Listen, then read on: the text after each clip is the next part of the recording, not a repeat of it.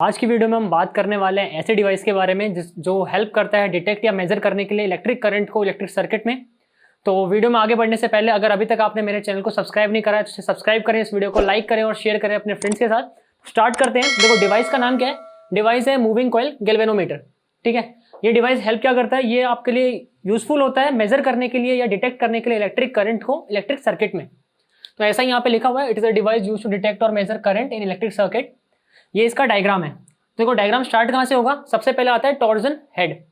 तो जो torsion head होता है ये किस काम आ रहा है, ये बेसिकली जुड़ा हुआ है इस कॉइल से, जो कॉइल इसके अंदर बनी हुई है और इस कॉइल को रोटेट करने के ये काम आता है।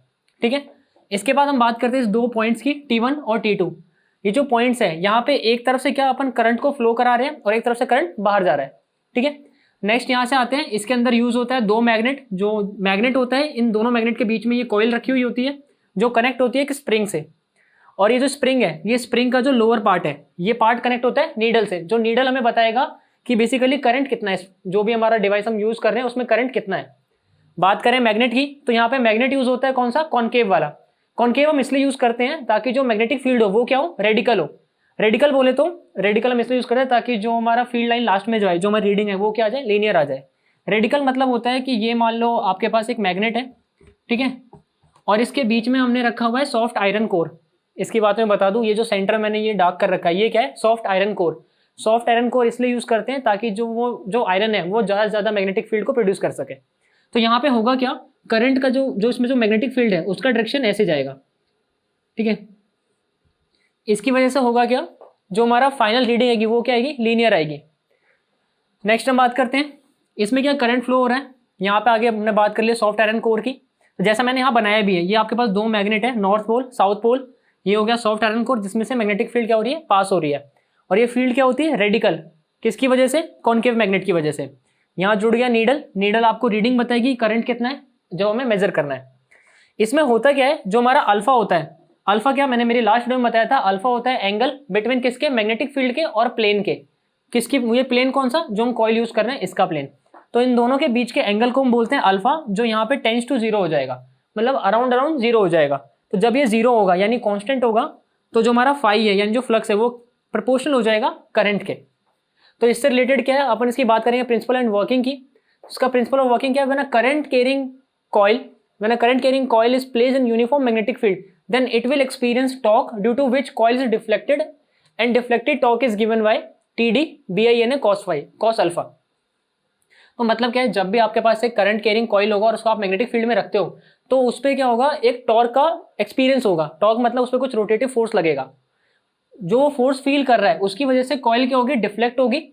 और जो डिफ्लेक्शन होगा वो इस एक्सप्रेशन से मिलेगा, BINA cos अल्फा। मैंने यहाँ पे cos अल्फा इसीलिए यूज करा है क्योंकि यहाँ पे बात हो रही है एंगल कौन से, मैग्नेटिक फील्ड और प्लेन के बीच की। अगर आप थीटा यूज करते हो तो थीटा के लिए आपको यहाँ पे वो यूज करना पड़ेगा, like cos alpha equals to sine pi minus alpha करके मैंने आपको कल बताया था लास्ट वीडियो में, जहां से हमने cos को साइन से चेंज किया था और फाइनल एक्सप्रेशन आई थी BINA sine theta. So as a field is radical, जब फील्ड रेडिकल होगी तो अल्फा क्या होगा, जीरो हो जाएगा। और cos अल्फा कितना होता है, 1 होता है। रेडिकल मैंने बताया था क्यों, मैग्नेटिक फील्ड इसके मैग्नेट्स की वजह से, क्योंकि मैग्नेट क्या है, कॉनकेव है। नेक्स्ट ये जो मैंने लिखा हुआ है, मैंने एक्चुअली पूरी डेफिनेशन नहीं लिखी, जस्ट स्टेप्स लिखे हुए हैं कि आप ऐसे ऐसे इसको याद कर सकते हो, कैसे इसका वर्किंग काम कर रहा है। स्टार्ट करते हैं। टाउ डी क्या है, BINA, ये होगी पहली इक्वेशन जो यहाँ से आई। इसके बाद क्या होगा, कॉइल रोटेट करेगा। ठीक है, कॉइल रोटेट करने के बाद जो हमारा ये फॉस्फोरस ब्रोंज वायर है, इस वायर में क्या होगा, स्प्रिंग का ट्विस्ट होगा। ये जो स्प्रिंग हमने लगा रखी है ये क्या होने लगेगी, ट्विस्ट होने लगेगी रोटेशन की वजह से। और इसके बाद जो रेस्टोरिंग फोर्स होगा वो एक्ट होगा। रेस्टोरिंग फोर्स क्या होता है, मान लो आपकी जो स्प्रिंग है, ठीक है, ये ट्विस्ट करेगी, तो जब ये ट्विस्ट होकर क्या टाइट होती जाएगी तो ये वापस अपने उस ओरिजिनल शेप में आने की कोशिश करेगी। तो उसको हम बोलेंगे क्या, रेस्टोरिंग फोर्स एक्ट होगा and try to restore coil back. जहां तक कॉइल मुड़ी है वहां पे वो वापस आने की कोशिश करेगी। उसके बाद जो phi is the angle twist and के क्या है हमारा, रेस्टोरिंग टॉर्क। तो जो हमारा फाई है, जो ये एंगल जिस एंगल में ये मुड़ रहा है, और के हो गया हमारा रेस्टोरिंग टॉर्क, वो क्या होगा यहाँ पे tau per unit angle twist, यानी कि जो हमारा रोटेशन है वो कितने ट्विस्ट एंगल पे मुड़ा हुआ है, हम यहाँ पे उसको देखेंगे। देन रेस्टोरिंग टॉर्क क्या हो जाएगा, वो होगा हमारा TR इक्वल्स टू K5। इसको याद करने का एक और तरीका है, जब भी हम बात करते हैं स्प्रिंग की, ये आप 11th में पढ़ के आए होगे, F इज इक्वल्स टू क्या होता है, KX, और K होता है हमारा स्प्रिंग कांस्टेंट।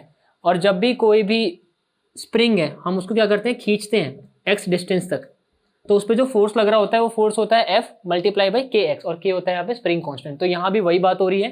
तो जो आपका फाइनल रेस्टोरिंग टॉर्क आएगा वो क्या आएगा, tau is equal to K phi, ठीक है। और K क्या है यहाँ पे, restoring torque per unit twist. जब हम बात करेंगे इक्विलिब्रियम की, क्योंकि ये जो हमने इस पर टॉर्क लगाया है समहाउ ये क्या करेगा, खुद को रेस्टोर करेगा और बैक आएगा अपने ओरिजिनल पोजीशन पे। तो TR ये जो टाउ आर है इक्वल हो जाएगा टाउ D के। टाउ D क्या था, डिफ्लेक्शन की वजह से, और टाउ आर क्या था, रेस्टोरिंग टॉर्क। तो ये दोनों क्या होंगे, आपस में इक्वल होंगे इक्विलिब्रियम पे। तो K phi equals to BI NA हो जाएगा और फाई आ जाएगा BI NA अपॉन में K। तो मैंने I को इसलिए अलग रखा है क्योंकि BNA अपॉन K ये चारों टर्म क्या है, कॉन्स्टेंट है, वेरिएबल सिर्फ करंट है। तो ये जो कांस्टेंट टर्म है मैं इसको रिप्लेस करता हूँ G से। G क्या हमारा, G हमारा कांस्टेंट है गैल्वेनोमीटर के लिए। तो फाई इक्वल्स टू GI हो जाएगा और फाई प्रोपोर्शनल हो जाएगा I के।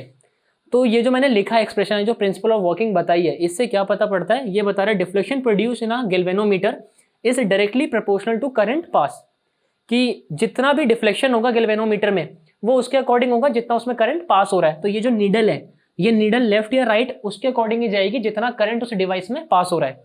So the scale of G is linear, कि ये जो स्केल है ये क्या हो जाएगा, फिर लीनियर हो जाएगा।